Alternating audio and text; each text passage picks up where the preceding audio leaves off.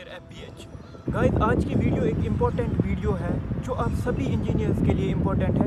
आज मैं आपको बताने वाला हूँ QA QC इंजीनियर जो होते हैं उसका रोल्स एंड रिस्पॉन्सिबिलिटीज़ क्या होती है, क्या क्या काम वो साइट पे करता है और किस किस काम पे उसकी सबसे ज़्यादा नज़र होती है और उसके अंदर क्या क्या स्किल्स होनी चाहिए एक क्वालिटी इंजीनियर या क्वालिटी कंट्रोल या क्वालिटी एश्योरेंस इंजीनियर बनने के लिए। तो इस वीडियो में बने रहिए और चैनल को सब्सक्राइब कीजिए, वीडियो को लाइक कीजिए अगर आपको पसंद आती है और अपने दोस्तों के साथ शेयर कीजिए।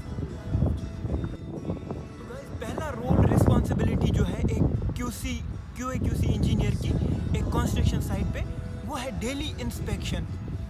डेली जितने भी काम एक कंस्ट्रक्शन साइट पे होते हैं उनके इंस्पेक्शन एक QA QC का काम होता है। उनके इंस्पेक्शंस करना और उनकी इंस्पेक्शन आगे कंसल्टेंट से कराना, जिन जिन चीज़ों की कंसल्टेंट की ज़रूरत पड़ती है इंस्पेक्शन की, वो सब कुछ QA QC का डेली रूटीन में आता है। इसमें कौन कौन सी इंस्पेक्शंस होती है दोस्तों?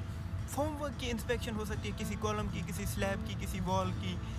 रिबार की इंस्पेक्शन हो सकती है, आपका ब्लॉक वर्क का इंस्पेक्शन हो सकता है, उसके बाद सरफेस प्रिपरेशन का इंस्पेक्शन हो सकता है, वाटर प्रूफिंग का इंस्पेक्शन हो सकता है।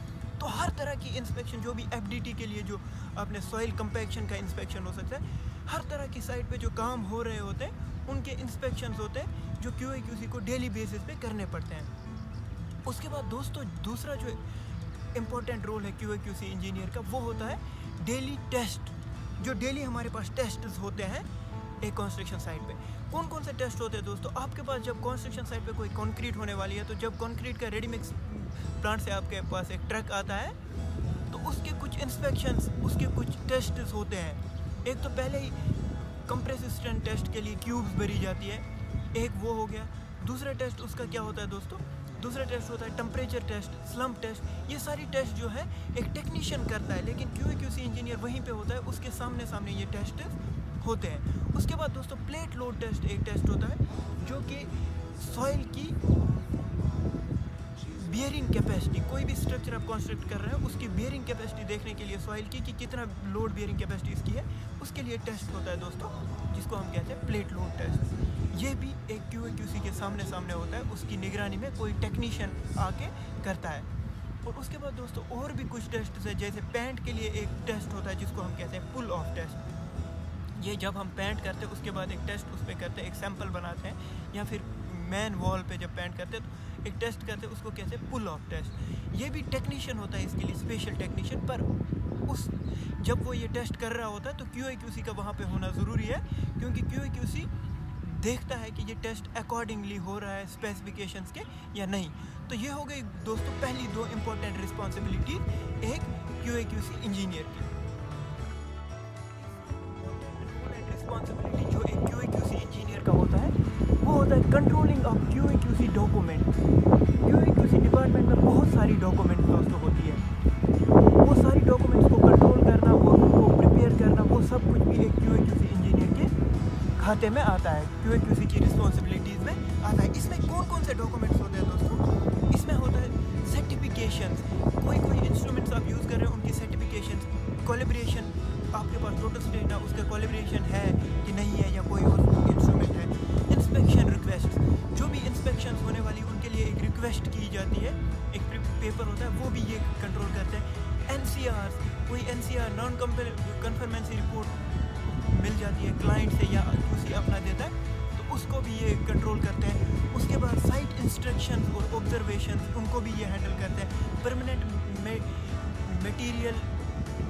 परमानेंटली जो मटेरियल डिलीवरीज होती है उनको ये, उनके डॉक्यूमेंट जो है वो ये कंट्रोल करते हैं, और बहुत सारे और डॉक्यूमेंट्स को ये कंट्रोल करते हैं। तो एक जो QA QC इंजीनियर होता है उसको डॉक्यूमेंटेशन की बहुत ज़्यादा नॉलेज होनी चाहिए ताकि वो इन डॉक्यूमेंट्स को अच्छी तरह से कंट्रोल कर सके। उसके बाद एक और इम्पोर्टेंट जो होती है रिस्पॉन्सिबिलिटी वो होता है मटेरियल जो हमारी साइट पे डिलीवर होती है उनकी वो रिपोर्ट्स को, उनकी वो टेस्ट रिपोर्ट्स को देखते हैं और उनके ऊपर जो टेस्ट करने होते हैं वो कंडक्ट करवाते हैं। उससे क्या होता है दोस्तों, हमको पता चलता है जो मटेरियल हमारी साइट पे यूज़ के लिए आ रहा है वो अकॉर्डिंग टू स्पेसिफिकेशंस है, उसमें वो सारी क्वालिटीज़ है जो हमारे स्पेसिफिकेशंस में लिखी हुई है कि नहीं है।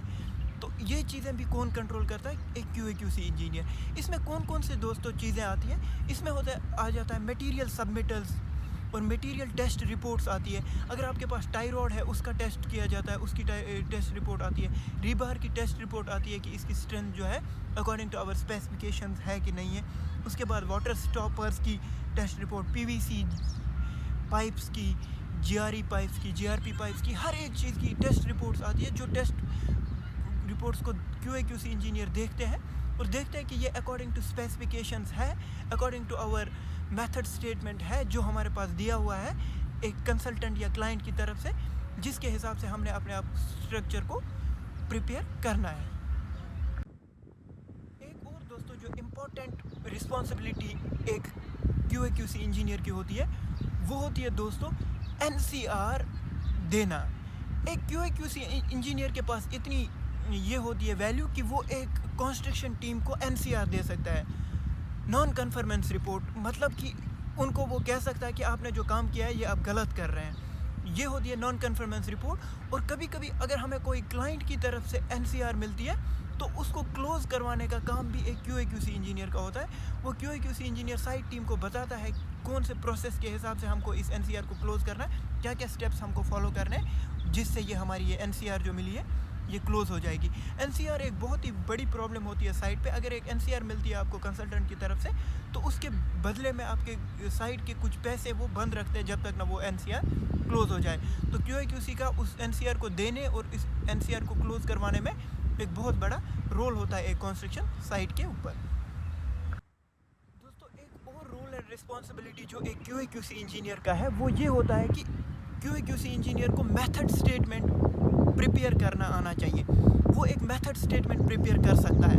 मेथड स्टेटमेंट क्या होता है? कोई भी काम होता है उसके लिए हमें एक मेथड स्टेटमेंट, एक डॉक्यूमेंट बनाना होता है कि किस तरह से हम ये काम को करेंगे, क्या क्या रिस्क इस काम में है, उसको कहते हैं मेथड स्टेटमेंट, रिस्क असेसमेंट उस डॉक्यूमेंट को। ये सब कुछ एक QA/QC इंजीनियर को आना चाहिए। उसके पास इतनी नॉलेज होनी चाहिए कि अगर कोई काम है वो उसके लिए मेथड स्टेटमेंट प्रिपेयर कर पाए।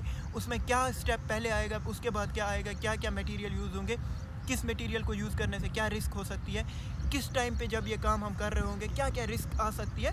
ये सब कुछ एक QA/QC इंजीनियर को पता होना चाहिए ताकि वो एक मेथड स्टेटमेंट को अच्छी तरीके से प्रिपेयर कर सके। ये एक और रिस्पॉन्सिबिलिटी है QA/QC इंजीनियर की। QA/QC इंजीनियर की एक और रिस्पॉन्सिबिलिटी ये है कि वो कंसल्टेंट और साइट इंचार्ज के बीच में एक ब्रिज की तरह होता है। कोई भी हमें इंस्पेक्शन करवानी होती है तो QA/QC कंसल्टेंट को लेके आते हैं और उनके थ्रू साइट इंचार्ज की प्रेजेंस में साइट का इंस्पेक्शन करवाते हैं, कोई भी कंस्ट्रक्शन का जो काम है उसके लिए।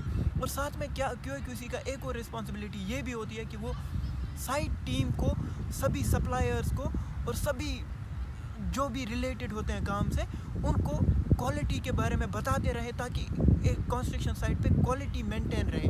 हर एक मटेरियल जो आता है उसकी क्वालिटी के बारे में, उसको कैसे यूज़ करना है वो सब बताता रहे उनको, ताकि एक साइट पे, कंस्ट्रक्शन साइट पे पूरी तरह ये मेंटेन रहे क्वालिटी ऑफ द साइट। और उसके बाद मैं आपको बताने वाला हूँ कि कुछ कोर स्किल्स जो एक quality control, quality assurance engineer के पास होनी चाहिए एक कंस्ट्रक्शन साइट पे काम करने के लिए, एक अच्छा QA/QC इंजीनियर बनने के लिए। तो उसमें है, ये डिपेंड करता है आपकी जॉब पोजीशन पे, आप कौन सी साइट पे काम कर रहे हैं, कहाँ पे ये साइट है, क्या क्या क्वालिटी वहाँ पे होनी चाहिए, ये उस चीज़ पे डिपेंड करता है। तो मेनली आपकी excellent verbal and written skills होनी चाहिए, क्योंकि आपको बहुत सारी रिपोर्ट्स बनानी पड़ती है और आपको बहुत सारे लोगों के साथ बात करनी होती है। आपको कंसल्टेंट से बात करनी है, आपको हायर मैनेजमेंट से बात करनी होती है। तो आपकी वर्बल और रिटन स्किल्स जो है वो बहुत अच्छी होनी चाहिए। उसके बाद दोस्तों डिटेल ओरिएंटेड आप होने चाहिए। आपको हर एक प्रोसेस की, हर एक काम की पूरी तरह डिटेल में नॉलेज होनी चाहिए। आपको थोड़ी सी नॉलेज नहीं होनी चाहिए, हर एक प्रोसेस की डिटेल्ड नॉलेज होनी चाहिए। ट्रबल शूटिंग स्किल्स होनी चाहिए आप में। आपके अंदर ऐसी स्किल्स होने चाहिए कि कोई भी आपको साइट पे कोई बड़ी प्रॉब्लम आती है, आप उसको ट्रबल शूट कैसे कर सकते हैं, उस प्रॉब्लम को सॉल्व कैसे कर सकते हैं, ऐसी तरह की स्किल्स आपके पास होनी चाहिए। और उसके बाद आपके पास वर्किंग नॉलेज होनी चाहिए। आपको पता होना चाहिए किसी भी काम के बारे में कि इसमें क्या क्या होता है, कैसे होता है, कब होता है, ताकि आप उस जगह पे जाओ और आप ये पहले ही, अगर कुछ काम गलत हो रहा है तो आप उनको पहले ही बता दो कि यहाँ पे ये गलत हो रहा है, आप इस तरह से इस काम को कर सकते हैं। तो वर्किंग नॉलेज आपको होना बहुत ज़्यादा ज़रूरी है।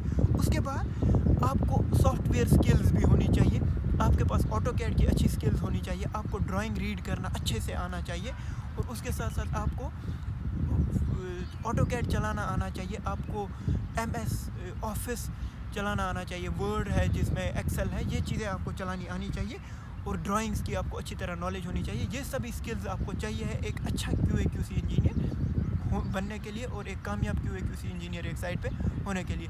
तो दोस्तों आज की वीडियो में इतना ही। इस वीडियो को अगर आपने पसंद किया है तो इसको लाइक करिए, अपने दोस्तों के साथ शेयर करिए, कमेंट करिए कि किस किस टॉपिक पे और वीडियोस बनाएं, और हमारे चैनल को सब्सक्राइब करके बेल आइकन को भी प्रेस करिए ताकि हमारी नई वीडियोस की नॉलेज आपके पास आ जाए और आप उन वीडियो से फ़ायदा उठा सकें। थैंक यू दोस्तों।